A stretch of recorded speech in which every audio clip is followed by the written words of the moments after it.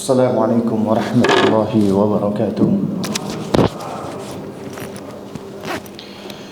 Innal hamdalillah nahmaduhu wa nasta'inuhu wa nastaghfiruhu wa natubu ilayh wa na'udzu billahi min shururi anfusina wa min sayyiati a'malina may yahdihillahu fahuwal muhtadi wa may yudlil falan tajida lahu waliyyan mursyida. Asyhadu an la ilaha illallah wahdahu la syarika lah wa asyhadu anna Muhammadan abduhu wa rasuluhu la nabiyya ba'dah, amma ba'd. Allahumma salli ala Muhammad wa ala ali Muhammad kama sallaita ala Ibrahim wa ala ali Ibrahim wa barik ala Muhammad wa ala ali Muhammad kama barakta ala Ibrahim wa ala ali Ibrahim innaka Hamidum Majid, amma ba'du.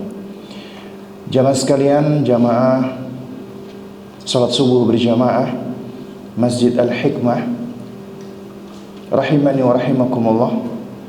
Alhamdulillah, kita bersyukur di pagi hari ini Allah memberikan kita hidayah, Allah memberikan kita taufik, sehingga kita diizinkan Allah, sehingga kaki kita digerakkan oleh Allah, sehingga badan kita dimudahkan oleh Allah subhanahu wa ta'ala untuk bisa melaksanakan perintah Allah, kewajiban Allah. Dan ini nikmat besar yang Allah berikan kepada hambanya ketika kita diberikan taufik untuk melaksanakan ketaatan, sehingga kita bisa dekat dengan pencipta kita Allah subhanahu wa ta'ala. Dan kita diizinkan untuk dapat melangkahkan kaki ke masjid yang mulia ini dalam rangka untuk melaksanakan salat subuh berjamaah, salat yang disaksikan oleh para malaikat, salat di waktu di mana ketika manusia banyak tidur, banyak lalai. Kita dipilih di antara manusia-manusia tersebut untuk mengawali hari kita dengan keistimewaan, yaitu dengan beribadah kepada Allah subhanahu wa ta'ala. Jamaah sekalian muliakan Allah subhanahu wa ta'ala, di pagi hari ini kita akan melanjutkan, ya, sebagaimana tadi diinformasikan, ya, bahwa ini adalah sebagai jadwal pengganti, dan kita masih membahas buku atau risalah yang berjudul Tarbiyatul Aulad fi Dhawil Kitabi wa Sunnah, mendidik anak di dalam timbangan Al-Quran dan As-Sunnah, buah karya dari Fadilatul Syekh Abdul Salam As-Sulaiman hafizahullahu ta'ala. Kita sudah sampai di pembahasan yang berikutnya setelah kita telah membahas tentang kewajiban mendidik anak di atas kebaikan, di atas ketaatan. Nah, kemudian Syekh di sini, ini suatu langkah yang sistematis yang ditempuh oleh penulis, ya, yakni setelah beliau menjelaskan tentang bagaimana status anak di dalam Islam, kemudian juga beliau menjelaskan tentang di antara status anak itu, anak sebagai hibah, sebagai karunia, anak sebagai zinah, sebagai perhiasan di kehidupan dunia, kemudian anak sebagai fitnah, cobaan dan ujian bagi orang tua, kemudian anak bisa menjadi musuh terutama bagi orang tuanya.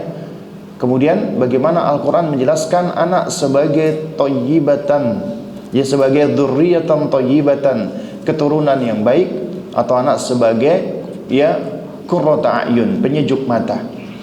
Ternyata Al-Quran menyebutkan anak dengan sebutan atau label atribut yang baik itu semua dalam bentuk doa.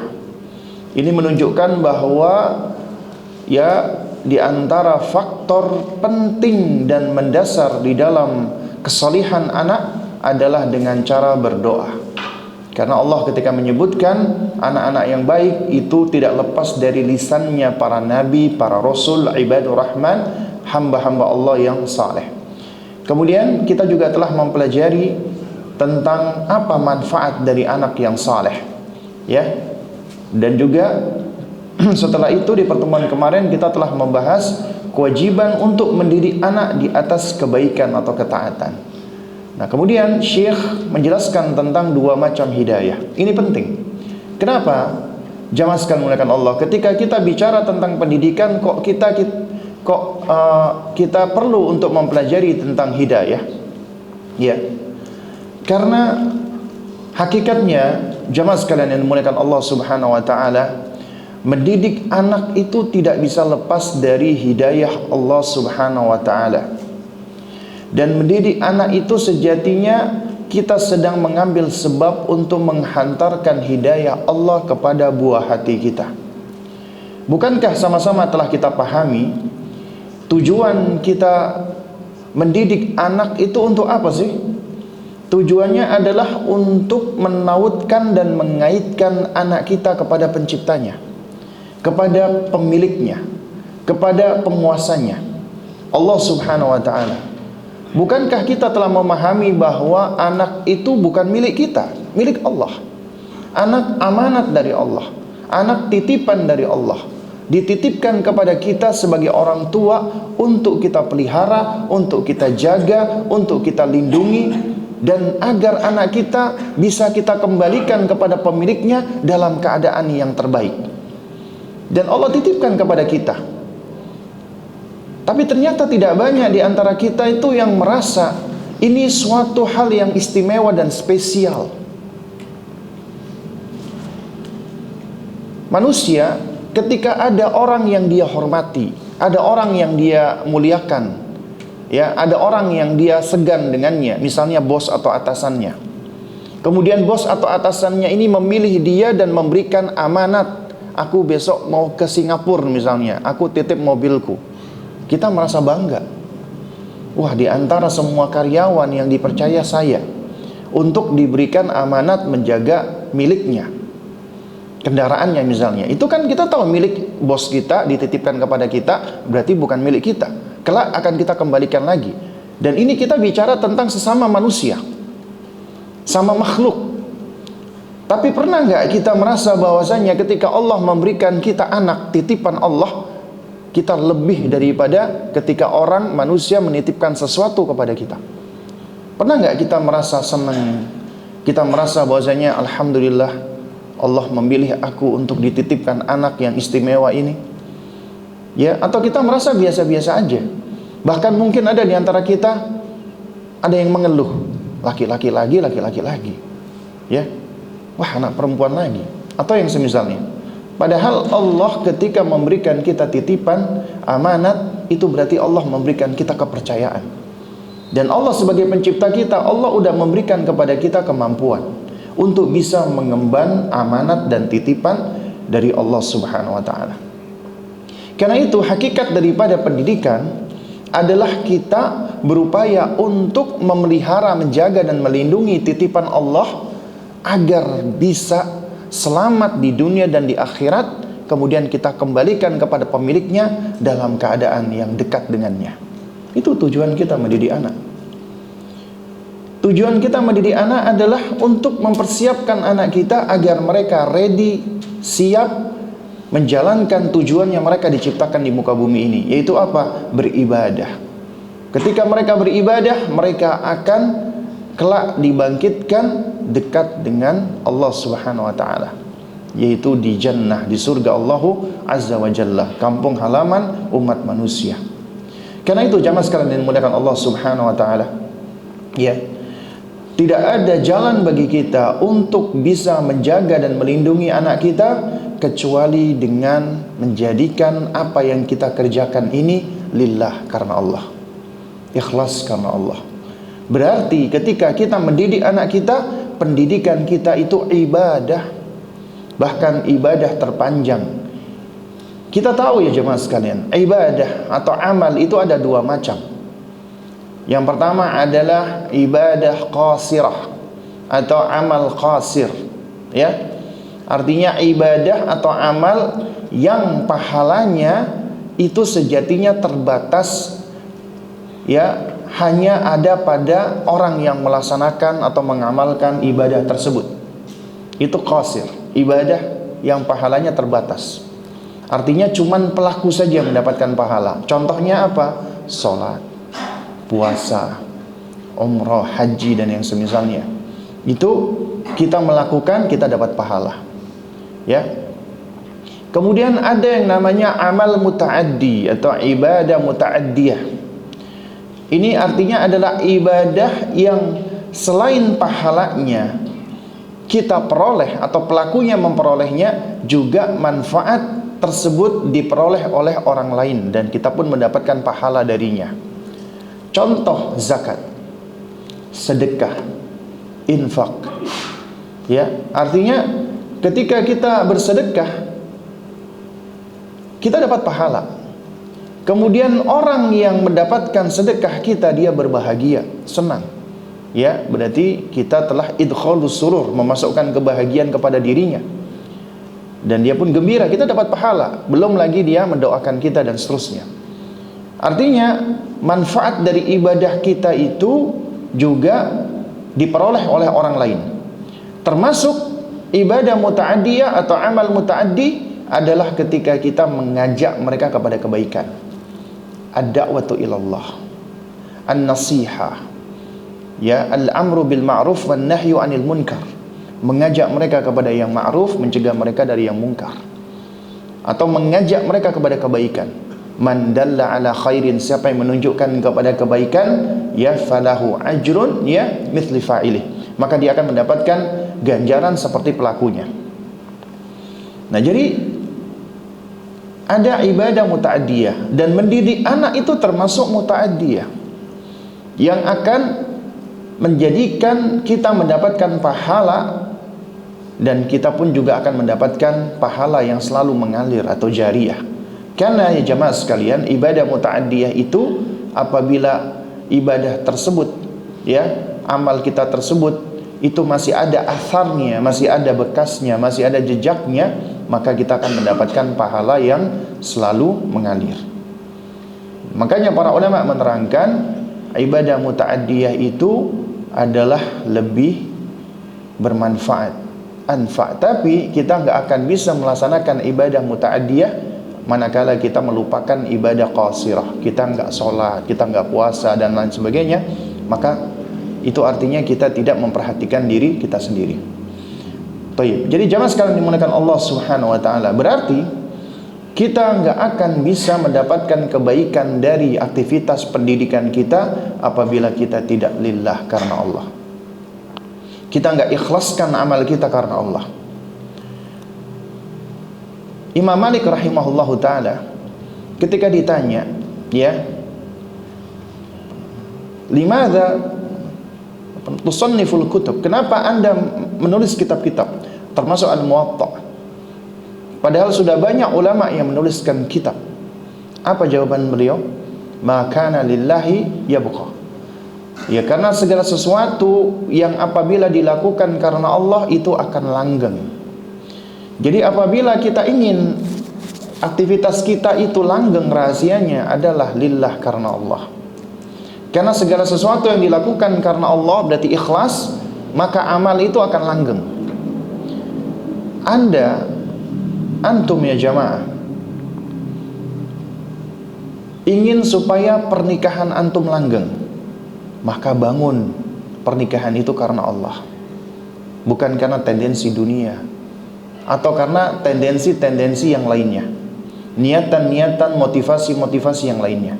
Karena apabila kita membangun sesuatu karena Allah akan langgeng. Sebaliknya, ya, sebagaimana kata Ibnu Taimiyah rahimahullahu taala, ya,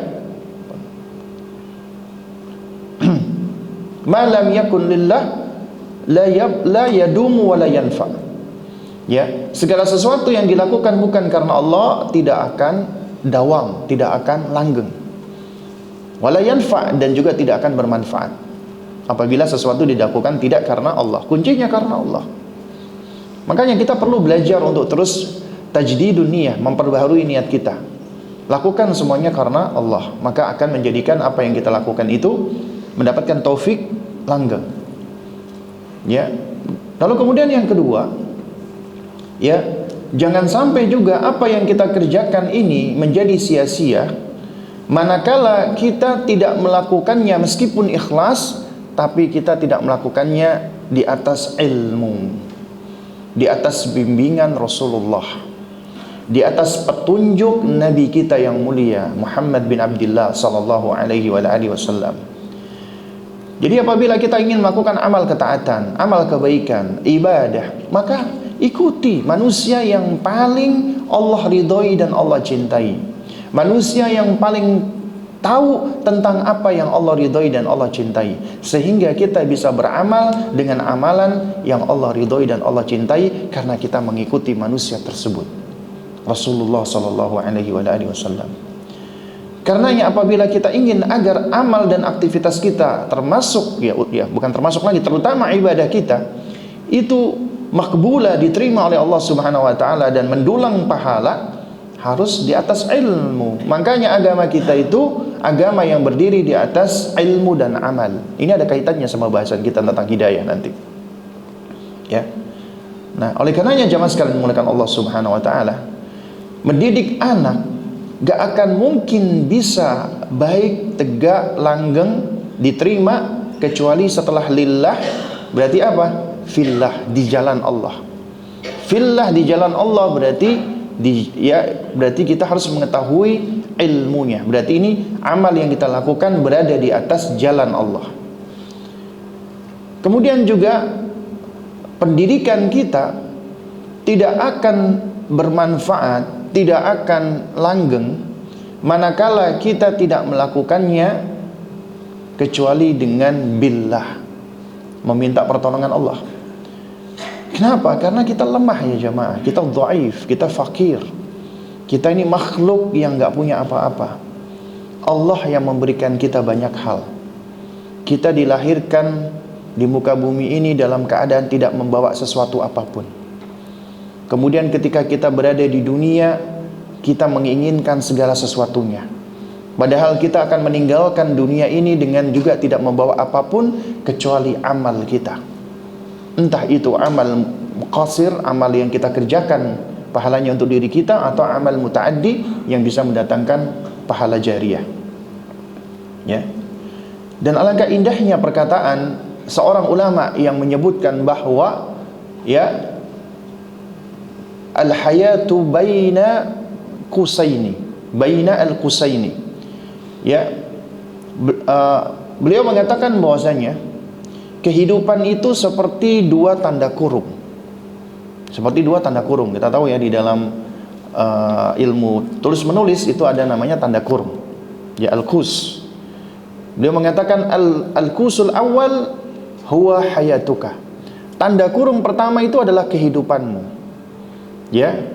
Kemudian wal kusul tsani atau al-akhir huwa mautuka. Tanda kurung kedua adalah kematianmu. Ya. Kemudian dinasihatkan ya,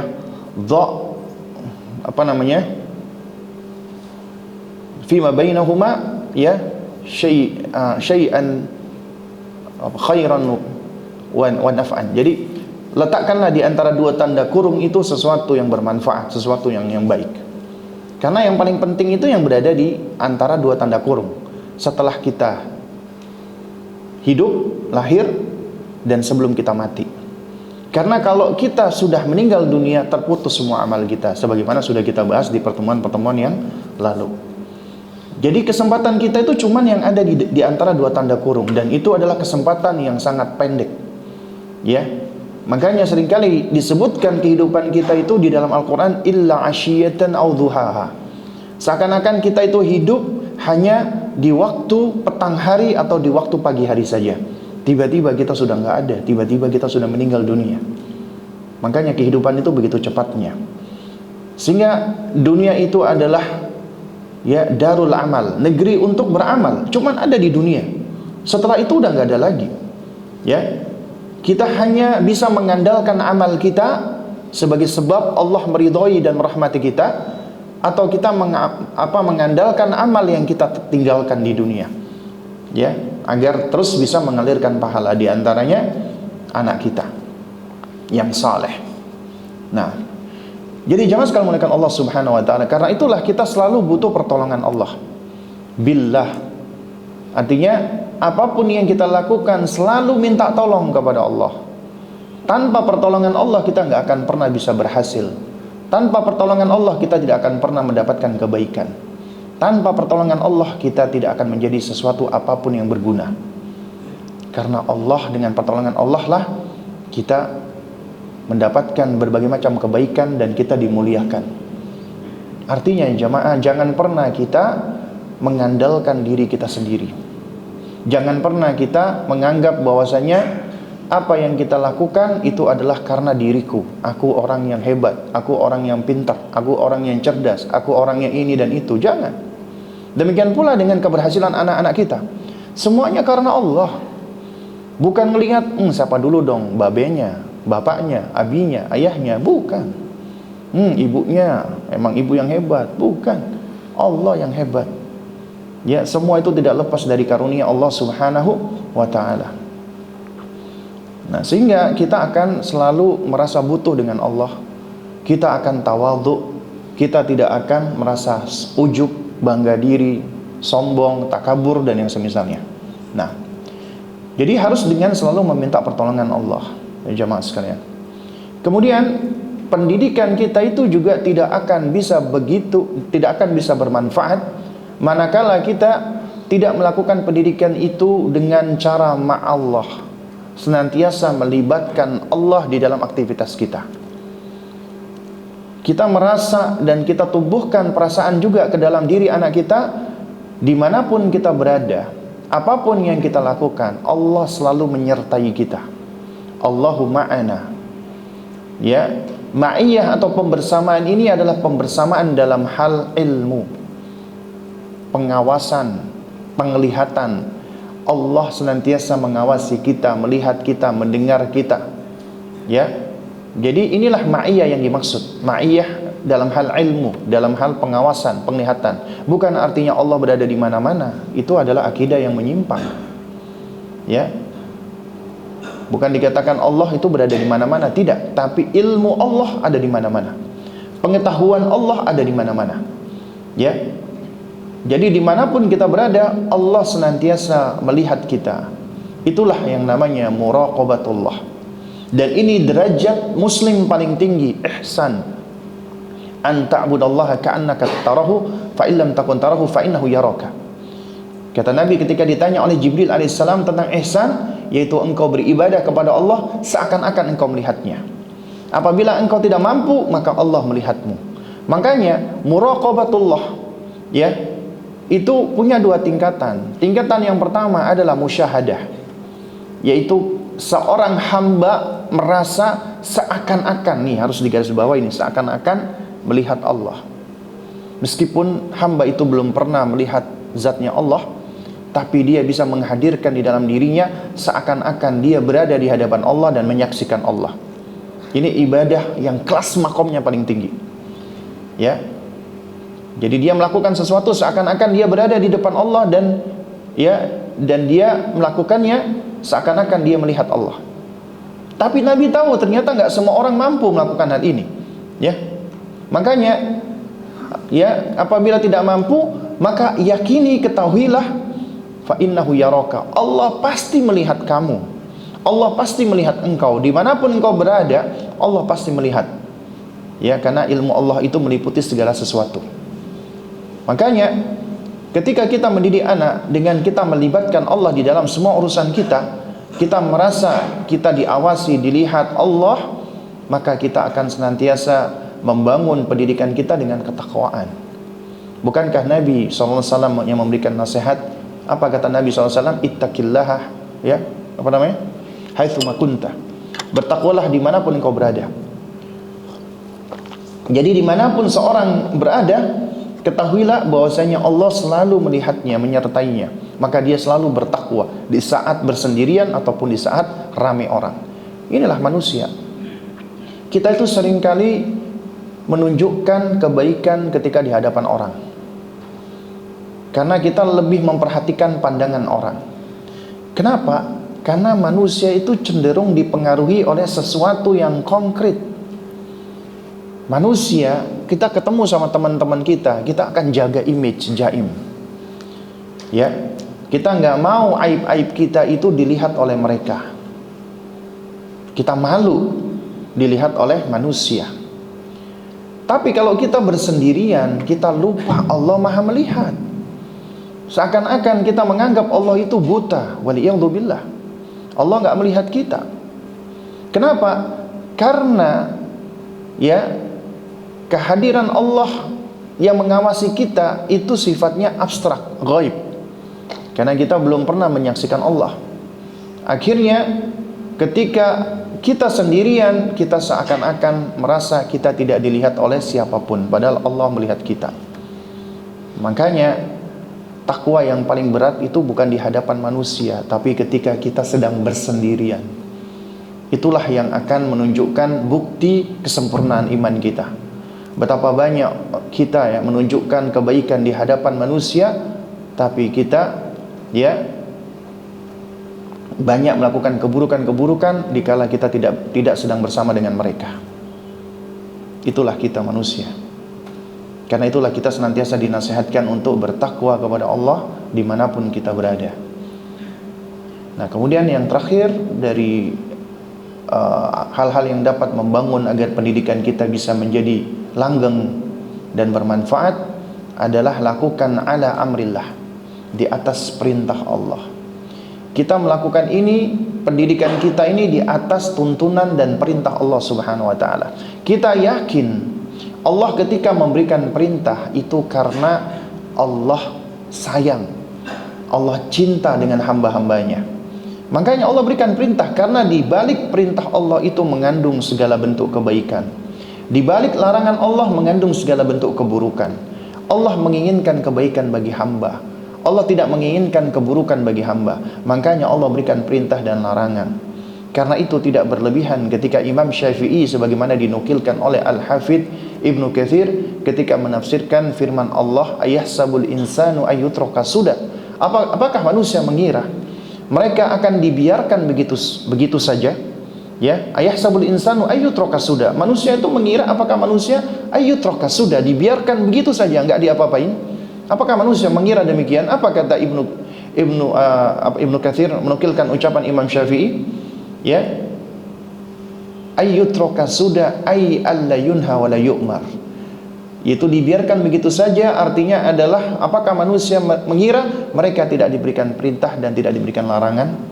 Artinya perintah dan larangan itu perhatian. Demikian pula ketika kita memberikan perintah dan larangan kepada anak kita, berarti itu menunjukkan perhatian dan cinta kita kepada anak kita. Dan ini semua ya jemaah sekalian adalah asbab. Artinya kita cuman mengambil sebab-sebab yang Allah berikan, Allah turunkan di muka bumi ini. Kita ambil sebab-sebab tersebut agar kita bisa meraih sesuatu yang kita inginkan.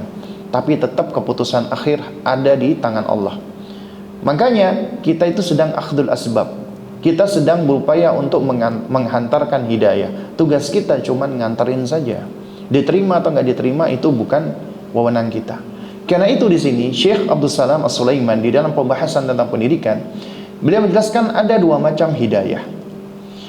Beliau mengatakan banyak orang yang tidak berupaya melakukan faktor-faktor atau sebab-sebab yang dapat mendukung pendidikan bagi anak-anaknya, dan tidak pula mengerahkan usaha agar anaknya bisa tumbuh dewasa di atas ketakwaan dan mencintai kebaikan. Akhirnya anaknya pun jatuh ke dalam kemaksiatan lantaran pengabaian dari kita sebagai orang tua. Nah, jadi kita harus mengambil faktor-faktor yang bisa mensupport agar pendidikan itu bermanfaat bagi anak kita. Dan itu adalah hidayah. Hidayah itu ada dua macam. Ya, ini penting untuk kita pahami. Hidayah ada dua jenis. Pertama adalah hidayah ad-dilalah wal irsyad wal bayan.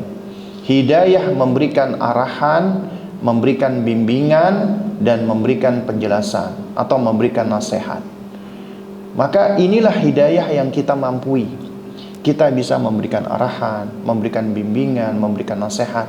Dan hidayah ini yang dibutuhkan oleh banyak orang, yaitu kita mengarahkan manusia, membimbing mereka kepada kebaikan dan menghasung atau memotivasi mereka untuk berbuat kebajikan dan meninggalkan kemungkaran.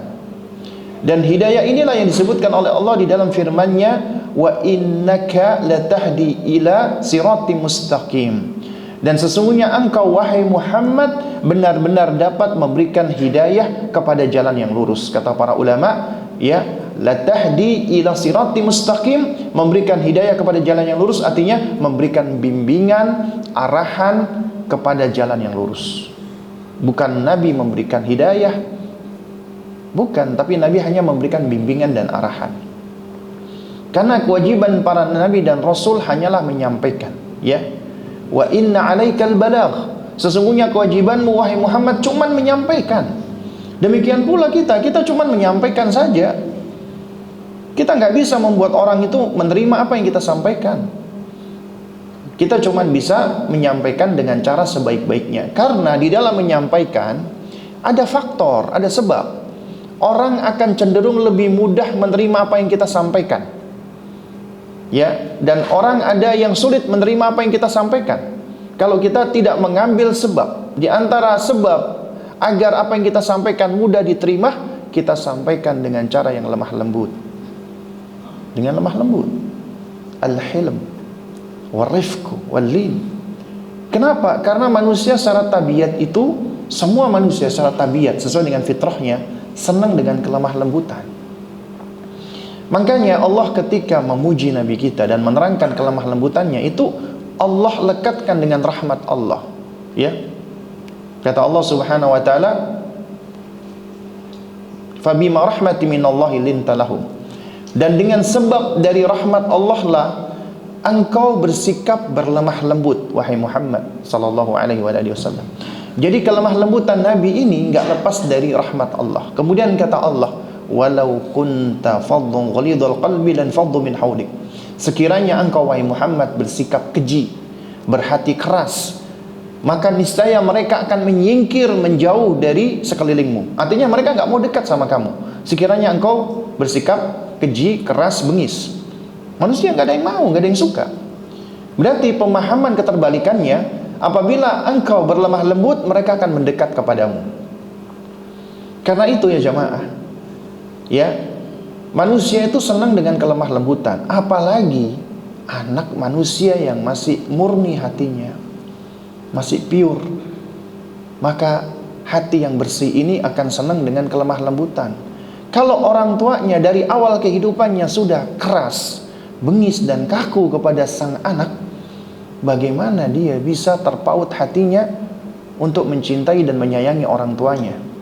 Manakala orang tuanya tidak bisa mengekspresikan cintanya dengan kelemah lembutan.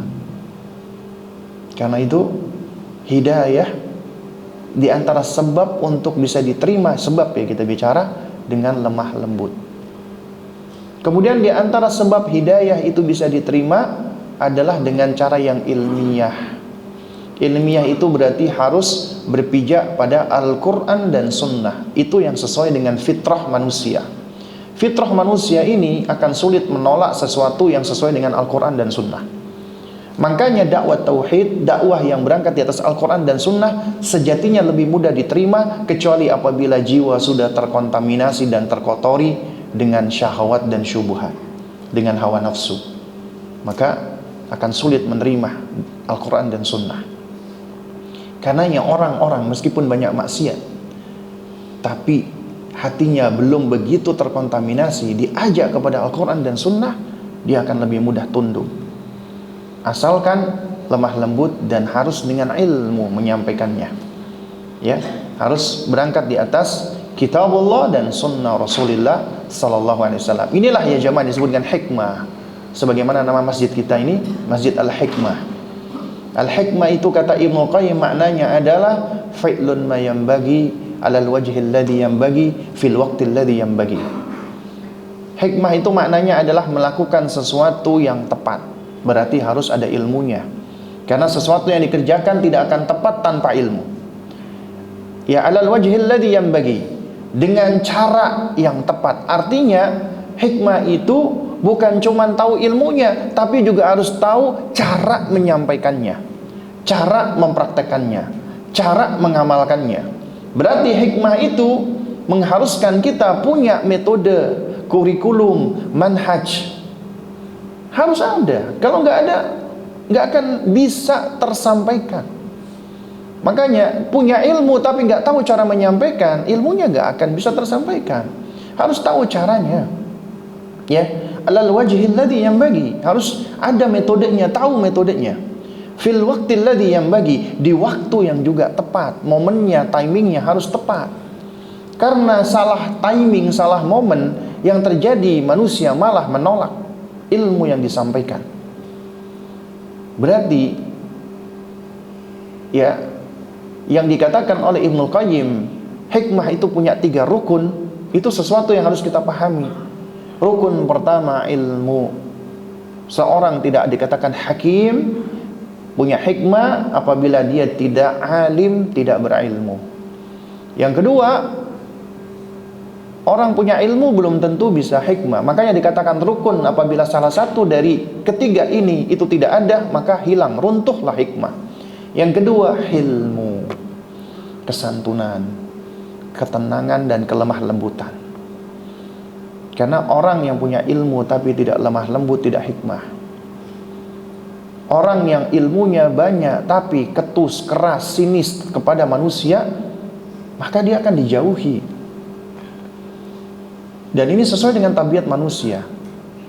Coba, bagaimana menurut antum ya, ketika misalnya kita bicara tentang daerah-daerah di pelosok Papua misalnya, ada kaum muslimin datang ke sana, membawa kitabullah, membawa Al-Quran dan sunnah Rasulullah, tapi datang ke sana dengan cara yang kaku, keras, bengis, ya, tidak dengan cara ramah, rahmah, lemah lembut, tapi dengan cara keras, ya.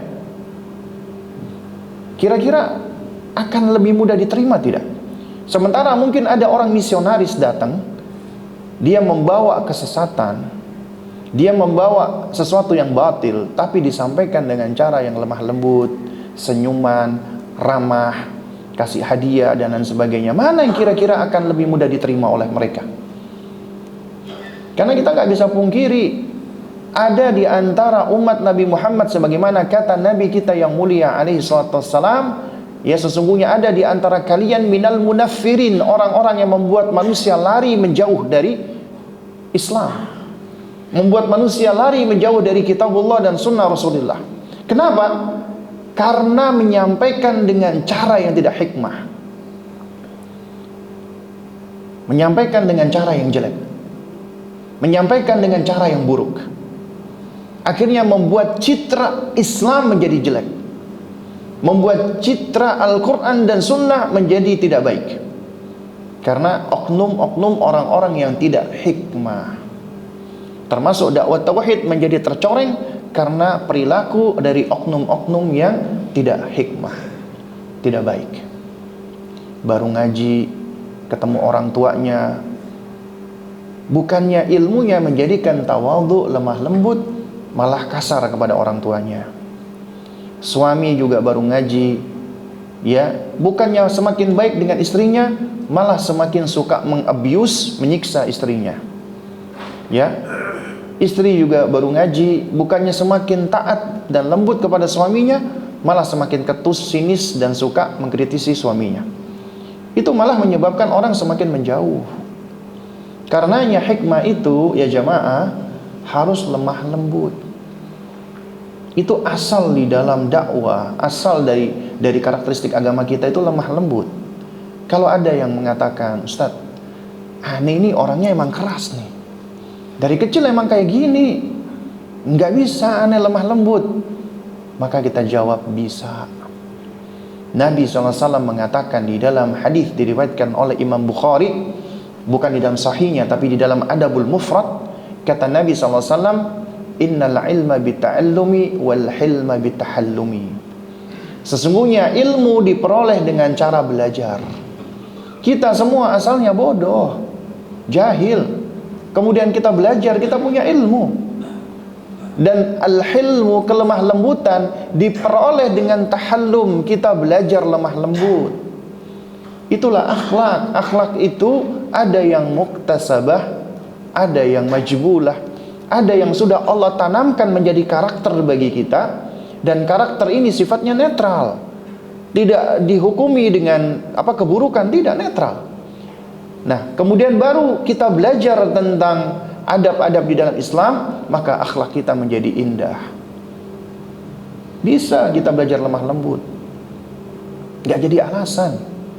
Kita misalnya udah biasa dengan lingkungan yang kurang baik, tetap kita bisa belajar menjadi orang baik, orang yang lemah lembut. Nah, kemudian yang ketiga dari rukun hikmah, ini yang seringkali dilupakan dan diabaikan. Apa itu? Al-anatu, yaitu tenang, tidak tergesa-gesa. Karena manusia itu punya sifat buruk, apa? Pengen cepet-cepetan, kesusu kata orang Jawa. Pengen segala sesuatu itu serba cepat, serba instan, mendadak. Padahal kita sedang mendidik ini. Mendidik tidak mendadak. Mendidik itu mengikuti proses tarbiyah. Kita ambil dari kata Rabb kita, Allah. Ya, yaitu tablighu syai' ila kamalihi syai'an fa syai'an, kata Imam Al-Baydhawi rahimahullah. Mengantarkan sesuatu kepada tingkat optimalnya sedikit demi sedikit. Kita belajar dari Allah Rabbuna. Coba antum perhatikan, Allah menciptakan alam semesta dalam waktu berapa lama? Hah? Berapa lama jemaah Allah menciptakan langit dan bumi? Hah? Fi sittati ayyam, dalam 6 masa. Ya. Dalam waktu 6 masa. Ayyam memang maknanya hari. Tapi hari di sini tentunya beda dengan hari kita di sini. 6 hari atau 6 masa. Pertanyaannya, Allah mampu nggak menciptakan alam semesta, langit dan bumi dalam waktu sekejap? Mampu tidak? Mampu. Nggak ada yang mudah bagi Allah. Allah cukup mengatakan kun, jadi, fayakun, maka jadilah. Tapi Allah jelaskan di dalam kitabullah dan juga di dalam sejumlah riwayat dari hadis-hadis Nabi kita yang mulia Muhammad bin Abdullah sallallahu alaihi wasallam, bahwasannya Allah menciptakan langit dan bumi dalam 6 masa. Dan diterangkan detailnya, 2 masa pertama yang Allah ciptakan adalah bumi. Ini kita harus yakini nih. Bumi dulu yang Allah ciptakan. Kemudian 2 masa kedua Allah ciptakan langit. Ibaratnya bumi itu sebagai pondasi, baru kemudian Allah menegakkan pilar-pilarnya langit. Makanya langit itu bisa tegak di atas kita tanpa ada pilar yang bisa kita saksikan. Allah yang meninggikannya. Baru kemudian 2 hari terakhir Allah sempurnakan penciptaan bumi. Baru kemudian Allah isi bumi dengan berbagai macam apa yang ada di dalamnya. Ini apa yang disebutkan ini tidak kontradiksi dengan teori-teori sains modern yang berangkat dari hasil riset. Ya. Kalaupun kontradiksi, kita berpegang dengan kitabullah. Ya, bukan dengan asumsi manusia. Nah, jadi jamaah sekalian muliakan Allah Subhanahu wa taala, dari situ kita belajar bahwa Allah Rabb kita mengajarkan konsep tarbiyah. Allah saja melakukan sesuatu itu ada langkah-langkahnya. Lantas bagaimana dengan kita yang hamba, yang makhluk? Tentunya kita harus lebih mengikuti proses langkah. Nah, kita itu mendidik itu mengikuti proses untuk apa? Mencari dan mengambil hidayah dari Allah Subhanahu wa taala. Ya, jadi tugas kita adalah menghantarkan hidayah dengan cara bayan wa irsyad. Ya, memberikan penjelasan dan memberikan bimbingan. Ya. Dan dilalah, memberikan arahan. Itu tugas kita. Ini hidayah pertama. Kemudian hidayah kedua adalah hidayatut taufik wal ilham wal qabul. Hidayah taufik, hidayah ilham, dan hidayah qabul, penerimaan. Ya. Ini kata taufik itu susah diterjemahkan ya. Saya belum ketemu diksi yang tepat. Makanya seringkali kita mempergunakan kata taufik. Dengan taufik Allah Subhanahu wa taala. Saya pernah ditanya, Ustaz, apa bedanya hidayah dengan taufik? Ya, hidayah itu sebenarnya sifat kata yang lebih umum. Bukan hidayah itu perempuan, taufik laki-laki, bukan. Ya, hidayah sifatnya umum, taufik itu lebih khusus. Allah berikan kepada siapa saja yang Allah kehendaki. Ya. Dan hidayah ini adalah hak prerogatifnya Allah. Hanya dimiliki oleh Allah Subhanahu wa taala. Dia yang memberikan petunjuk kepada siapa saja yang Allah kehendaki dengan rahmatnya. Ya, bukankah ketika khatib seringkali di mimbar Jumat mengucapkan may yahdihillahu fala mudhillalah wa may yudlil fala hadiyalah. Siapa yang Allah berikan petunjuk, enggak akan ada yang bisa menyesatkan, dan siapa yang Allah leluaskan di dalam kesesatan tidak akan bisa ada yang bisa memberikan dia petunjuk, ya. Nah, jamaah sekalian muliakan Allah Subhanahu wa taala, hatta Nabi kita Muhammad sallallahu alaihi wasallam, beliau berdakwah, apakah semua menerima dakwah beliau? Para nabi dan rasul ketika berdakwah mengajak kepada Allah, apakah semua kaumnya menerima dakwah mereka? Tidak. Ya kan? Bahkan Nabi Nuh alaihissalam, Nabi Rasul pertama yang sabarnya luar biasa, 950 tahun beliau berdakwah siang dan malam.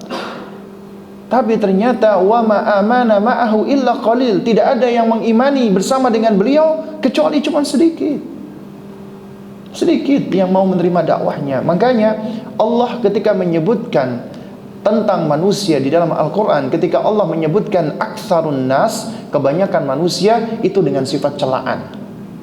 Antum lihat sendiri di Quran, ya. Ketika Allah bicara mayoritas manusia, itu celaan. La yu'minun, tidak beriman, yastakbirun, bersombong, dan seterusnya. Tapi ketika Allah berbicara tentang minoritas, qalil, itu dalam bentuk pujian, ya. Wa qalilum min ibadiyas syakur, alangkah sedikitnya hamba-hambaku yang mau bersyukur. Pernah suatu ketika ada sebuah riwayat, ketika Sayyiduna Umar radhiyallahu taala anhu, beliau sedang berjalan di sebuah pasar. Gak sengaja beliau mendengar ada seorang laki-laki berdoa.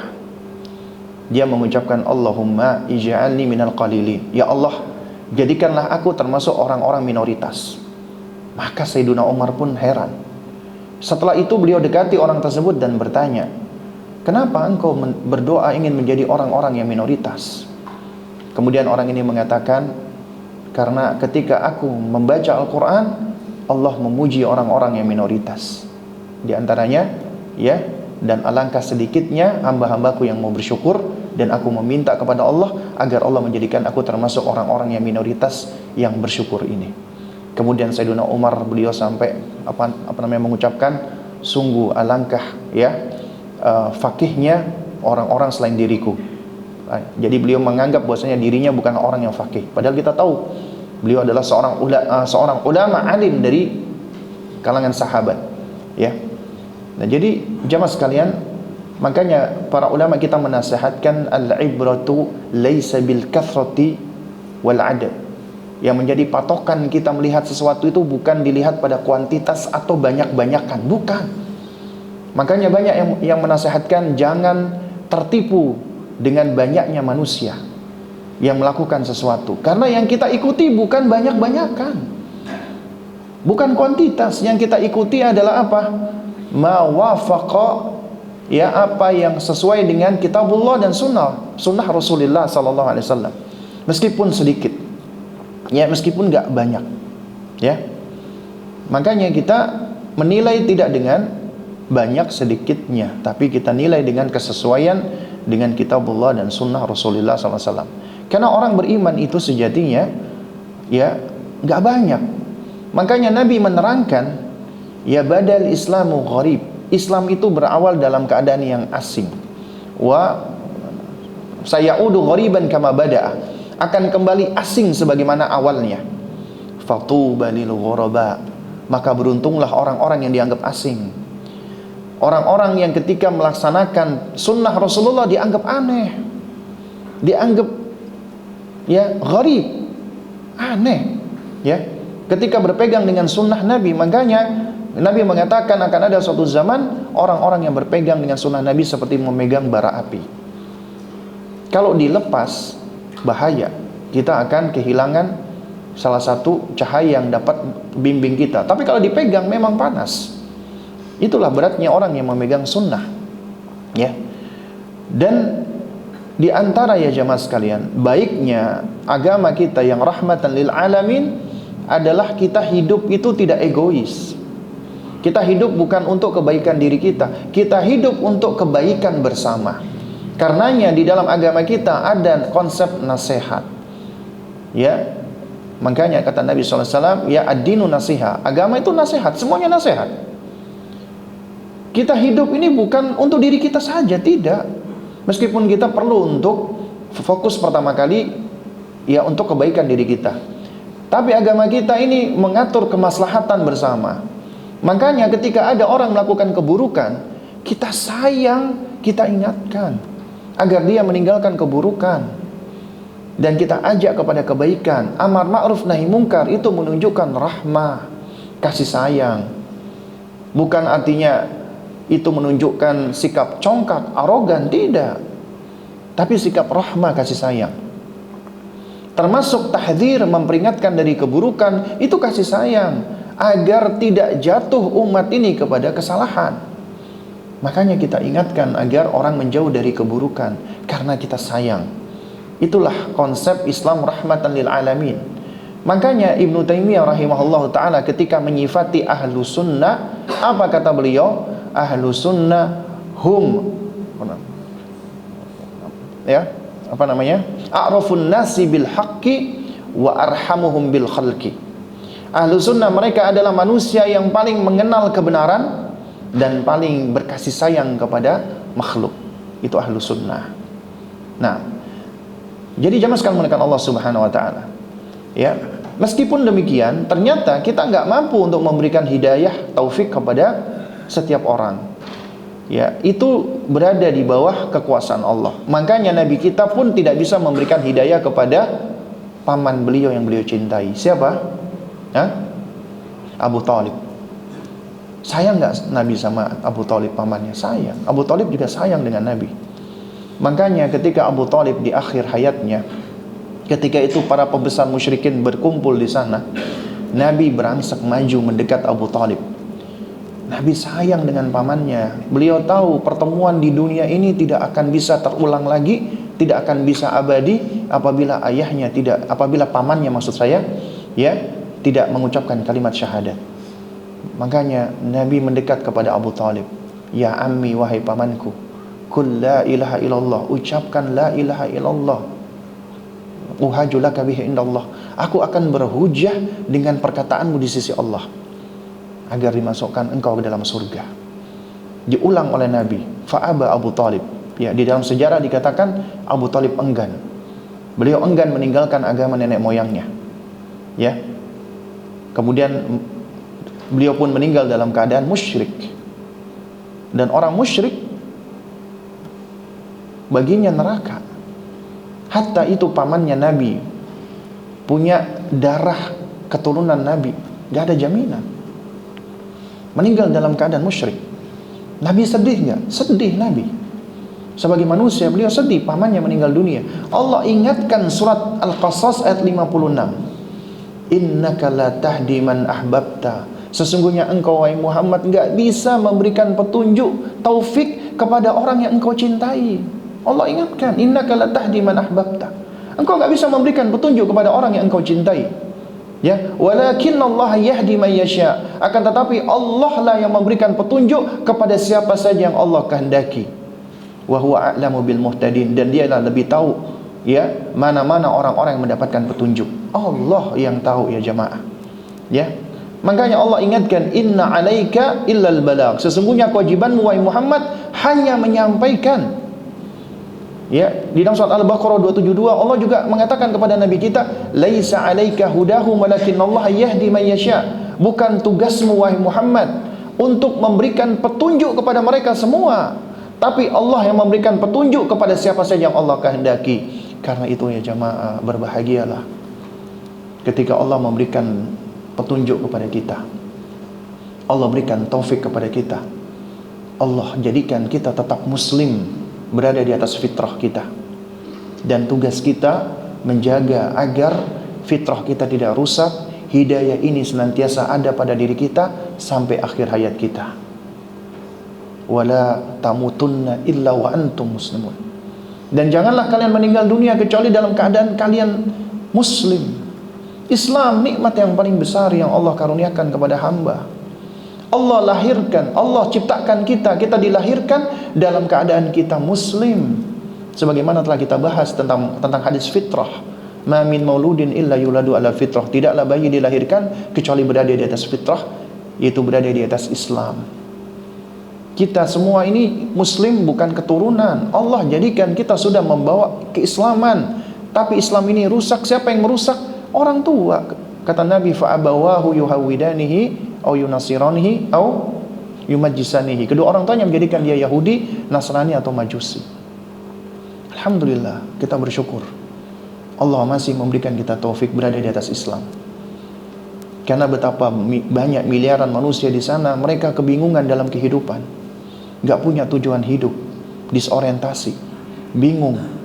Alhamdulillah, Allah berikan kita hidayah muslim, hidayah sebagai muslim. Dan alhamdulillah Allah berikan kita hidayah untuk belajar agama. Itu tanda kebaikan dari Allah. Bukankah Nabi mengatakan, man yuridillahu bihi khairan yufaqihu fiddin. Siapa yang Allah kehendaki baginya kebaikan, Allah jadikan dia ngerti tentang urusan agama. Maka jamaah sekalian, jaga hidayah ini, jangan sampai lepas, jangan sampai hilang. Dan di antara sebab yang dapat menghilangkan hidayah ini, Allah mencabut hidayah ini, apabila kita tidak pernah bersyukur kepada Allah. Kita nggak pernah bersyukur atas hidayah. Kita nganggap kita ini begini karena kita sendiri. Kita nggak pernah bersyukur kepada Allah. Allah bisa angkat. Karena di antara sebab langgengnya nikmat apabila kita bersyukur, bahkan Allah berikan tambahan, la in syakartum la azidannakum. Apabila kalian bersyukur, aku tambah. Atau yang kedua, kita nggak pernah meminta kepada Allah sabat. Kita nggak pernah meminta kepada Allah keteguhan. Kita nggak pernah minta kepada Allah istiqomahan. Nabi kita yang mulia alaihi salatu wassalam saja udah dijamin surga oleh Allah. Nabi berdoa, ya muqallibal qulub tsabbit qalbi ala dinik. Wahai bolak-balikkan hati, teguhkanlah ya hatiku di atas agama. Kita butuh selalu hidayah Allah. Karenanya jangan pernah kita menyombongkan diri. Jangan pernah kita merasa aman. Makanya minimal 17 kali dalam sehari kita meminta hidayah kepada Allah. Ihdinas siratal mustaqim.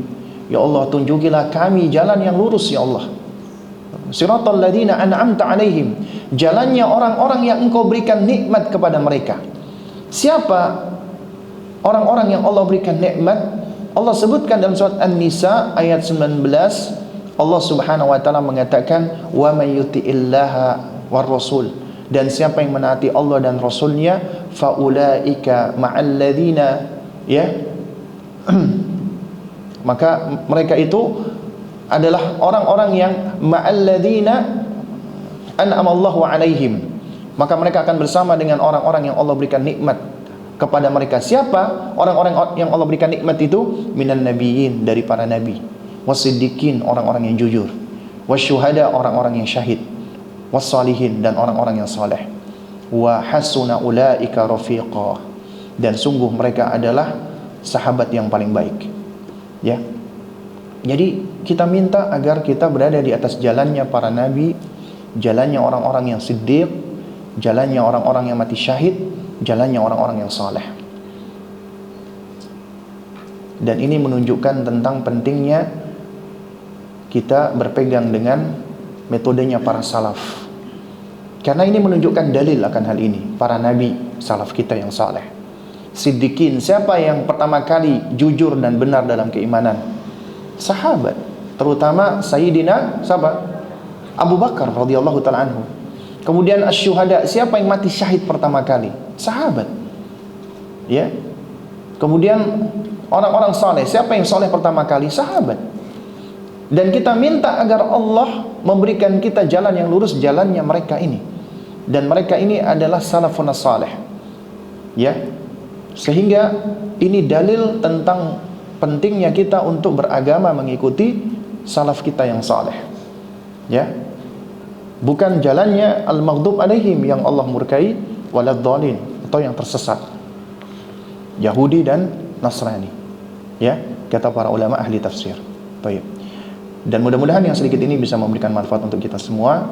Insyaallah nanti kita lanjutkan di pembahasan berikutnya. Kita udah mulai masuk langkah-langkah praktis di dalam mendidik anak. Nah, ini masih ada sedikit waktu. Yang ingin bertanya, ya bisa saya jawab, akan saya jawab. Yang